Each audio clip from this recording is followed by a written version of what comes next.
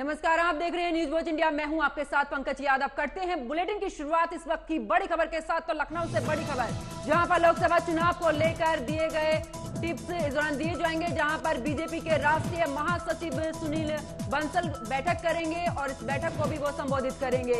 BJP प्रदेश अध्यक्ष भूपेंद्र चौधरी भी मौजूद रहेंगे। 14 हारी हुई सीटों के लोकसभा प्रभारियों की ये बैठक होगी। बड़ी खबर आपकी टीवी स्क्रीन पर लखनऊ से, जहां पर आपको बता दें कि आज लोकसभा चुनाव को लेकर दिए जाएंगे टिप्स। इस दौरान आपको यह भी जानकारी दे दें कि बीजेपी के राष्ट्रीय महासचिव सुनील बंसल करेंगे बैठक को संबोधित।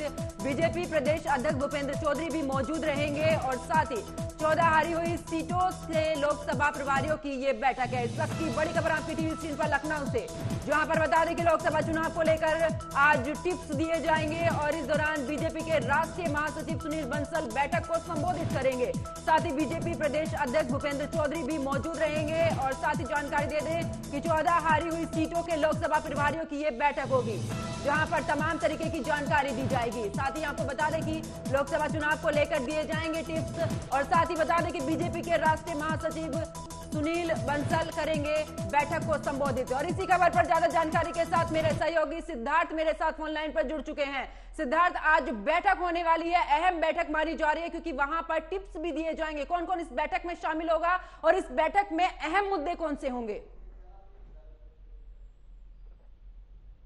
2019 के लोकसभा चुनाव कहीं ना कहीं उनको जीतने को टिप्स दिया जाएगा, कार्यकर्ताओं को टिप्स दिया जाएगा और जो विस्तारक है वो मौजूद रहेंगे और नए नए विस्तारकों की नियुक्ति की जा सकती है। सुनील बंसल मौजूद रहेंगे, भूपेंद्र चौधरी मौजूद रहेंगे। तो कहीं ना कहीं अब बीजेपी एकदम ये मान चुकी है कि उसको हर सीटों पर जीतना है, जिसे पहले की हर हाल में सीटें जीतनी है और इसी के तहत ये पूरी शुरुआत हो गई है। और 18 सीटें पिछली बार बीजेपी थी, कुछ सीटें थी इसमें विशेष रूप से अन्य दलों का प्रभाव था और ये भी देख जाएगा कि घर में आ रही थी, क्या क्या कारण थे, क्या क्या रीजन थे। हर चीजों के हिसाब से उस हिसाब से तैयारी की जाएगी, उस हिसाब से विस्तारकों की नियुक्ति की जाएगी और कहाँ पर चूक हुई उसको ध्यान दिया जाएगा और इस बार चूक ना हो इसको लेकर भी टिप्स दिए जाएंगे। जी सिद्धार्थ, इस दौरान अगर बात की जाए, क्योंकि हारी हुई सीटों का भी जिक्र बीजेपी की तरफ से किया जा रहा है कि इन हारी हुई सीटों को मंथन किया जाएगा, उन पर किस तरीके से उन पर विजय पाई जा सके। और खास करके अगर बात करें, क्या प्रत्याशियों को लेकर भी इस दौरान मंथन किया जा सकता है कि हारी हुई सीटों पर ऐसे कौन से प्रत्याशी उतारे जाएं जो यहां पर जीत हासिल कर सकें? जी बिल्कुल बिल्कुल सही आपने कहा। जातीय समीकरण का, क्षेत्रीय समीकरण का, सभी समीकरण का ध्यान देकर इस बार टिकट वितरण किया जाएगा। कौन सा ऐसा प्रत्याशी है जो टिकट मांग रहा है और उसकी क्या स्थिति है, किस हिसाब से सर्वे की क्या रिपोर्ट आई है, जो सर्वे आने वाले उसमें क्या रिपोर्ट आएगी, इन सबसे आधार बनाकर ही टिकट दिया जाएगा। पूरी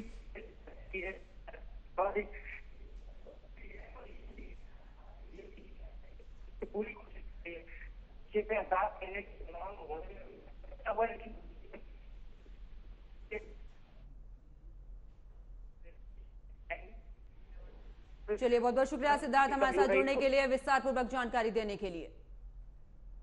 तो देखिए, लोकसभा चुनाव को लेकर आज बैठक होने वाली है। बीजेपी के राष्ट्रीय महासचिव सुनील बंसल आज बैठक करेंगे और साथ ही बता दें कि हारी हुई सीटों पर बीजेपी की तरफ से यहां पर मंथन किया जाएगा। साथ ही आपको बता दें कि ओपी राजभर भी बीजेपी में शामिल हुए हैं। देखने वाली बात होगी कि इस बैठक के बाद कौन कौन सी सीटों पर जिक्र होता है, कौन कौन सी सीटों पर कौन कौन से महारथी को उतारा जाता है। खबरों में आगे बात करते हैं, जहां पर G20 के तहत 3 दिवसीय यूथ 20 शिखर सम्मेलन आज 17 अगस्त से वाराणसी में आयोजित होगा। बता दें कि यूपी के मुख्यमंत्री योगी आदित्यनाथ और साथ ही मुख्यमंत्री योगी रुद्राक्ष कन्वेंशन सेंटर में ये यूथ 20 के उद्घाटन समारोह में बतौर मुख्य अतिथि शामिल होंगे। वहीं Y20 शिखर सम्मेलन में केंद्रीय युवा मामले और खेल मंत्री अनुराग ठाकुर भी इसमें शामिल होंगे। इस बैठक में G20 देशों, अतिथि देशों और साथ ही अंतर्राष्ट्रीय संगठनों के करीब 150 से अधिक प्रतिनिधियों के भाग लेने की भी उम्मीद जताई जा रही है। और इसी खबर पर ज्यादा जानकारी के साथ मेरे सहयोगी धर्मेंद्र पांडे मेरे साथ ऑनलाइन पर जुड़ चुके हैं। धर्मेंद्र, जिस तरीके से G20 का जिक्र हो रहा है, तमाम लोगों के आने की भी बात निकलकर सामने आ रही, इसको लेकर क्या कुछ खास अपडेट और किस तरीके का ये होने वाला है ये सम्मेलन? बिल्कुल बता दें कि G20 को लेकर के 17 अगस्त से बैठक होने जा रही है, जिसको लेकर के 2 दिवसीय दौरे पर मुख्यमंत्री योगी आदित्यनाथ वाराणसी पहुंचेंगे। योगी आदित्यनाथ वाराणसी पहुंचने योगी आदित्यनाथ के साथ ही केंद्रीय मंत्री अनुराग ठाकुर भी G20 को उद्घाटन के कार्यक्रम में मौजूद होंगे। G20 के बैठक को लेकर के 150 से अधिक प्रतिनिधि भाग लेंगे, जिसमें 29 देशों और 13 अंतर्राष्ट्रीय देशों के संगठन के डेलीगेट वाराणसी में शामिल होंगे। धर्मेंद्र, यूथ 20 इसका नाम दिया गया है, तो क्या समझा जाए युवाओं के लिए कितनी कुछ इसमें चर्चा होने वाली है और 150 देशों के जो अतिथि वो आने वाले हैं? जो आपको बता दें कि केंद्रीय मंत्री अनुराग ठाकुर यूथ 20 के बैठक को उद्घाटन पर विशेष उपस्थित होंगे। इसमें 150 से अधिक जो है प्रतिनिधि अन्य देशों में भाग लेंगे। 25 देशों के साथ 13 अंतर्राष्ट्रीय संगठन के डेलीगेट मौजूद होंगे। इसमें जो है होगी जो G20 का जो बैठक होने वाला है, इसमें जो चर्चा का जो विषय होगा, इसमें उद्योग और शांति और खुला युद्ध रहित युग की शुरुआत, जलवायु व अन्य मुद्दों पर विशेष चर्चा होनी है। बिल्कुल, चलिए बहुत बहुत शुक्रिया धर्मेंद्र पांडे हमारे साथ जुड़ने के लिए, विस्तार पूर्वक जानकारी देने के लिए। तो खबरों में आगे बात करते हैं, जहां पर यूपी के बांदा स्थित रानी दुर्गावती मेडिकल कॉलेज में भी MBBS तृतीय वर्ष की एक छात्रा ने फांसी लगाकर आत्महत्या कर ली। बता दें कि मेडिकल कॉलेज हॉस्टल कैंपस में MBBS की छात्रा ने अज्ञात कारणों के चलते फांसी लगाकर आत्महत्या कर ली। घटना की सूचना पर पहुंचे सहयोगी साथियों ने फंदे से उतारकर इलाज के लिए उसे भर्ती कराया है। वहीं इलाज के दौरान ही छात्रा ने दम तोड़ दिया। जानकारी के अनुसार दुपट्टे से फांसी लगाकर छात्रा ने आत्महत्या की। मौत के कारण कॉलेज कैंपस में हड़कंप मच गया। मृतक MBBS छात्रा उषा भार्गव राजस्थान के चूरू की रहने वाली बताई जा रही है।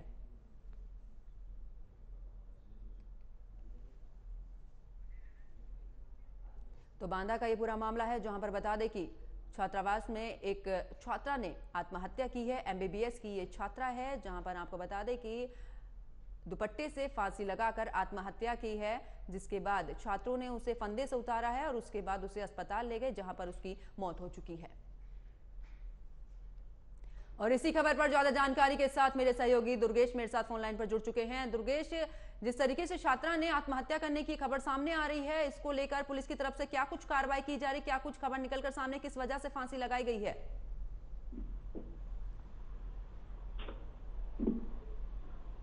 जी, आपको बता दूं कि MBBS की छात्रा ने अज्ञात कारणों से मेडिकल कॉलेज हॉस्टल कैंपस पर फांसी लगा ली है और वहीं घटना की सूचना पर पहुंचे सहयोगी साथियों ने फंदे से उतारकर इलाज के लिए भर्ती कराया था। तो वहीं इलाज के दौरान छात्रा की मौत हो गई है। बताया जा रहा है कि जानकारी के अनुसार दुपट्टे से फांसी लगाकर आत्महत्या की है और छात्रा उषा भार्गव राजस्थान के चूरू की रहने वाली है। दुर्गेश, अगर सहयोगियों से जो उसके साथ में पढ़ने वाले थे, क्या उनसे कुछ बात हो पाई है? क्या पहले से किसी डिप्रेशन या कुछ किसी चीज के चलते पहले से कोई परेशानी थी जिस वजह से इतना बड़ा कदम छात्रा ने उठाया? जी, सहयोगी से बात की गई तो सहयोगियों ने बताया कि ऐसा कुछ मामला नहीं था, हमेशा खुश रहती थी और ऐसा कोई डिप्रेशन नहीं था, पर अचानक से ऐसा कदम उठाया तो इसकी जानकारी नहीं है। पुलिस अधिकारियों की तरफ से कोई बयान सामने आया दुर्गेश अभी तक? पुलिस अधिकारी ने बताया कि परिवार को सूचना दे दी गई है और पोस्टमार्टम के लिए भेज दिया गया है। जैसे परिवार आएगा और कानूनी कार्रवाई की जाएगी। चलिए, बहुत बहुत शुक्रिया दुर्गेश कश्यप हमारे साथ जुड़ने के लिए, विस्तार पूर्वक जानकारी देने के लिए। तो खबरों में आगे बात करते हैं, जहां पर गाजियाबाद में पुलिस ने बड़ी कार्रवाई की है। बता दें कि यूपी के रामपुर से बस में तस्करी के लिए तोतों और कछुओं को लाया जा रहा था। कौशाम्बी बस अड्डे पर उन्हें बरामद किया गया है। PFC की टीम को गुप्त सूचना मिली थी, जिसके बाद बस की चेकिंग के दौरान जब बस कौशाम्बी बस अड्डे पर रुकी तो उन्हें ये सब बरामद हुआ, जिसमें अधिकतर तोतों की मौत हो चुकी थी। चंद्र तोते ही इसमें जीवित बचे थे। फिलहाल PFA की शिकायत पर पुलिस ने मुकदमा दर्ज कर लिया है और एक तस्कर को भी गिरफ्तार कर लिया है।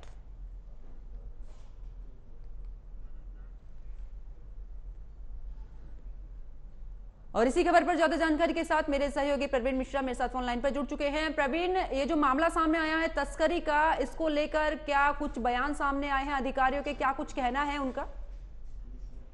देखिए पंकज, आपको बता दूं ये पूरा मामला गाजियाबाद के कौशाम्बी थाना क्षेत्र का है, जहां पर रामपुर से जिस तरह से ये जो तोते हैं, यानी कि तोते देसी हैं, लेकिन जो कछुए हैं वो दुर्लभ प्रजाति के थे। हालांकि वो जो साइज होते हैं उनके जो कछुओं के वो छोटे रहते हैं, ज्यादा बढ़ नहीं पाते। लोग उसको अपने सजावट के लिए यानी कह सकते हैं पालते हैं उसको, यानी कि कहते हैं फिश पॉट जो होता है उसके अंदर रखते हैं, ताकि कहा जाता है कि जो कछुए जो होते हैं इस तरीके के दुर्लभ प्रजाति के, जो कि धन लक्ष्मी यानी कुबेर को घर में लाने का एक कहीं ना कहीं प्रयास होता है, उसकी एक अपनी एक जादू टोना भी करते हैं कुछ लोग, लेकिन कहीं ना कहीं जिस तरह से ये तस्करी कर ये दिल्ली की तरफ ये जो बेचने का ये जो प्रयास कर रहे थे, इससे पहले भी इन लोगों ने किया है, लेकिन पीएफएफ की टीम है, यानी जो एनिमल्स वेलफेयर की जो टीम है, उनको जब पुख्ता जानकारी मिलती है अपने जो मुखबिर से, तो ये लोग वहां पर पहुंचते हैं। जैसे ही जिस बस से ये लोग आ रहे थे, क्योंकि मुखबिर की तरफ से पूरी सूचना दी गई थी कि रामपुर से लगभग 150 से ऊपर जो तोते हैं और 4 लगभग कछुए हैं, तो वो लेकर ये तस्करी कर रहे हैं। तो जैसे ही पीएफएफ की टीम को पता चलता है, एनिमल्स वेलफेयर की टीम को, वैसे ही वो लोग वहां पर धावा बोल देते हैं। जैसे ही ये लोग पिंजरे में, यानी कि इतने छोटे पिंजरे थे, आपको बता दूं पंकज की, उसके अंदर सांस लेना एक तरीके से बहुत बड़ी बात थी। तो कुछ जब उसमें से वो लोग वहां से उतर रहे थे, तैसे उसी समय जो एनिमल्स वेलफेयर की टीम है, उन्होंने उसको धर दबोचा। तत्काल मौके पर पुलिस को सूचना दी गई, पुलिस भी मौके पर पहुंची। जो आरोपी था, जो इन पशुओं इनको लेकर जा रहा था, पक्षियों को, उसको तुरंत वहां पर हिरासत में लिया गया। हालांकि अब जो है पुलिस की तरफ से वैधानिक कार्रवाई की जा रही है। जो भी प्रवीण, इस दौरान क्या रोडवेज बस में इनको लाया जा रहा था? अगर रोडवेज बस में लाया जा रहा था तो क्या ड्राइवर या कंडक्टर को इस मामले में पूरी जानकारी नहीं थी कि क्या सामान आप लेके जा रहे हैं? क्योंकि इसका भी ब्यौरा कंडक्टर या ड्राइवर के पास होता है। जी बिल्कुल, आपने सही बात कही है पंकज। बेसिकली क्या होता है कि जब ड्राइवर या कंडक्टर को पता चलता है कि आप क्या सामान लेकर आ रहे हैं, पहले पूछता है, लेकिन कुछ चंद पैसों के लिए ये लोग भी उस चीज को नकार देते हैं, उस चीज को देखते नहीं है। हालांकि जिस तरह से जो तोतों की मौत हुई है, इस पर काफी बहुत ही दर्दनाक मौत हुई है, क्योंकि जिस तरह से जो पशु एक्ट है, यानी जो पशु के तहत जो धारा बनती है, उसके तहत इनके ऊपर मुकदमा दर्ज किया गया है। और जिस तरह से जो कछुए, हालांकि कछुए 4 थे, वो जिंदा पाए गए हैं, उनको भी वहां पर मौके पर वन विभाग की टीम पहुंचती है और जितने जो जीवित तोते हैं उनको लेकर वहां से उनको आजाद किया गया है। हालांकि जो पुलिस की तरफ से वैधानिक कार्रवाई है वो अब की जा रही है। लगातार इस तरह की घटनाएं जो है, पशु तस्करी हो या कह सकते हैं कि प्रवीण, जो तस्कर गिरफ्तार किए गए हैं, उनसे क्या कुछ पूछताछ में बाहर निकलकर सामने आया? कहां से आ रहे थे और कितनी तस्करी, और आने वाले समय की अगर बात करें तो इनके जो गैंग है उसमें कितने लोग शामिल हैं? कुछ ऐसी जानकारी निकली है? देखिए पंकज, जब पूछताछ की गई, पुलिस के तरफ से जो बयान साफ तौर पर आया, पुलिस का कहना है कि इन लोगों के खिलाफ पहले भी मुकदमे दर्ज हैं। हालांकि ये पहले से ही करते आ रहे हैं इस तरह का कार्य, लेकिन जिस तरह से जो एक पुख्ता जानकारी मिलती है एनिमल्स वेलफेयर की जो टीम को कि रामपुर से ये लोग जिस तरह से यहाँ पर पक्षी लेकर आ रहे हैं और कुछ कछुए हैं जो कि दिल्ली में ये लोग बेचेंगे, उनको दिल्ली में डील इनकी जो फिक्स हुई है। लेकिन कहीं ना कहीं गाजियाबाद के बॉर्डर, यानी जो दिल्ली बॉर्डर है, जहाँ पर लास्ट बस का स्टॉप होता है, वहीं पर धर दबोचे जाते हैं। जिसके बाद जो है वैधानिक कार्रवाई जो है पुलिस की तरफ से की जा रही है। लेकिन जिस तरह से तोतों की जो हत्या हुई है, यानी कह सकते हैं हत्या ही की गई है, जिस तरह से उनके छोटे पिंजरे में उनको एक तरीके से भरकर लाया जाना और सांस ना मिलना, इतनी गर्मी, इतनी उमस भरी गर्मी के बीच में इस तरह से वो तस्करी कर रहे थे। हालांकि अब जो पशु एक्ट जो बनता है उसके तहत इन लोगों के खिलाफ मुकदमे दर्ज किए जा रहे हैं। जी चलिए, बहुत बहुत शुक्रिया प्रवीण मिश्रा इस खबर पर जुड़ने के लिए, विस्तार पूर्वक जानकारी देने के लिए। खबरों में आगे बात करते हैं, जहां पर भारतीय रिजर्व बैंक ऑफ इंडिया एक सार्वजनिक प्रौद्योगिकी मंच यानी कि पब्लिक टेक प्लेटफॉर्म का पायलट प्रोजेक्ट आज यानी कि 17 अगस्त से लॉन्च करने वाला है। इस पब्लिक टेक प्लेटफॉर्म के जरिए आरबीआई वंचित क्षेत्रों में लोन मुहैया कराने और फाइनेंशियल इंक्लूजन बढ़ाने के लिए भी काम किए जाएंगे। रिजर्व बैंक के गवर्नर शक्तिकांत दास ने बीते गुरुवार को कहा कि रिजर्व बैंक इनोवेशन हब आसानी से लोन उपलब्ध कराने के लिए एक पब्लिक टेक प्लेटफॉर्म तैयार कर रहा है।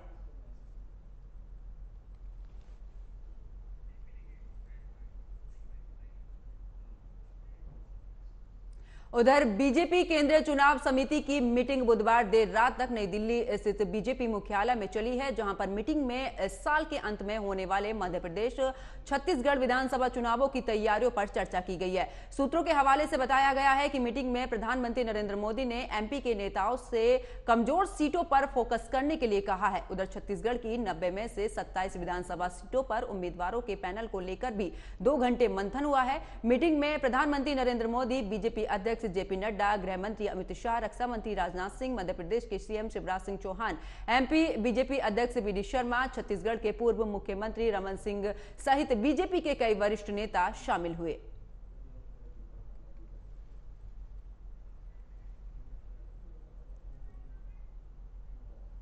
उधर सुप्रीम कोर्ट के वकील अश्वनी उपाध्याय ने बड़ा बयान दिया है। उन्होंने भ्रष्टाचार खत्म करने के लिए एक नहीं बल्कि 10 कानून बनाने की बात कही है। तो इसरो के लिए 17 अगस्त यानी कि आज का दिन बेहद ही खास है, क्योंकि चंद्रयान 3 को प्रोपल्शन और लैंडर मॉड्यूल आज अलग हो गए। बता दें कि बुधवार को चंद्रयान 3 को चांद की 5वीं कक्षा में एंट्री दिलाई गई थी और अब चंद्रयान चांद के बिल्कुल नजदीक चक्कर लगा रहा है, यानी अब चांद के चारों तरफ ऑर्बिट मैन्यूवर पूरा हो चुका है। 5 अगस्त को चंद्रयान 3 चांद की पहली ऑर्बिट में पहुंच गया था।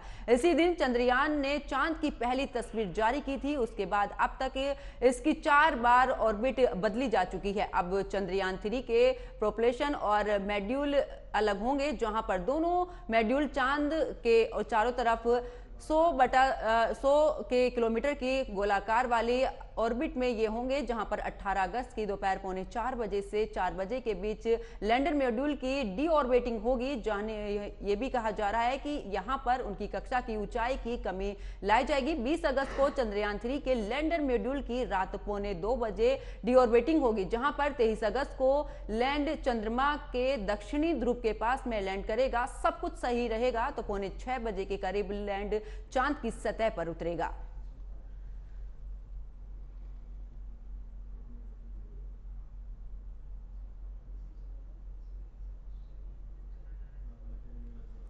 तो 23 अगस्त को चांद की अगर बात करें तो चंद्रयान 3 पूरी तरीके से चंद्रमा पर लैंडिंग कर सकता है। 17 अगस्त को अलग होंगे प्रोपल्शन और लैंडर मॉड्यूल, जहां पर 23 अगस्त को चांद के दक्षिणी ध्रुव के पास में लैंड करेगा ये लैंडर। बता दें कि चांद से सिर्फ 163 किलोमीटर दूर है चंद्रयान और 17 अगस्त को अलग होंगे प्रोपल्शन और लैंडर मॉड्यूल।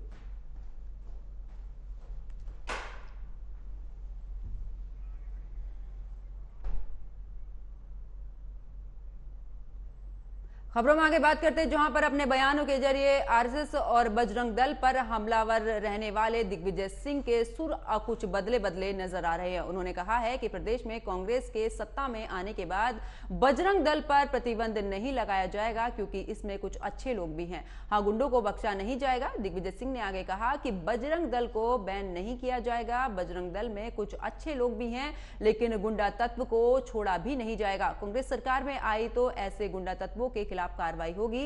दिग्विजय सिंह अपने बयानों के जरिए आरएसएस से लेकर हिंदूवादी संगठनों पर हमलावर रहते हैं। वो बजरंग दल के आईएसआई से संपर्क होने में भी कई बार आरोप लगा चुके हैं, लेकिन आज पहली बार उन्होंने नरम बयान दिया है। उन्होंने कहा कि अगर किसी संगठन में सामाजिक तत्व, गुंडा तत्व होंगे तो उनके खिलाफ कार्रवाई की जाएगी। पूरे संगठन पर रोक नहीं लगाई जाएगी।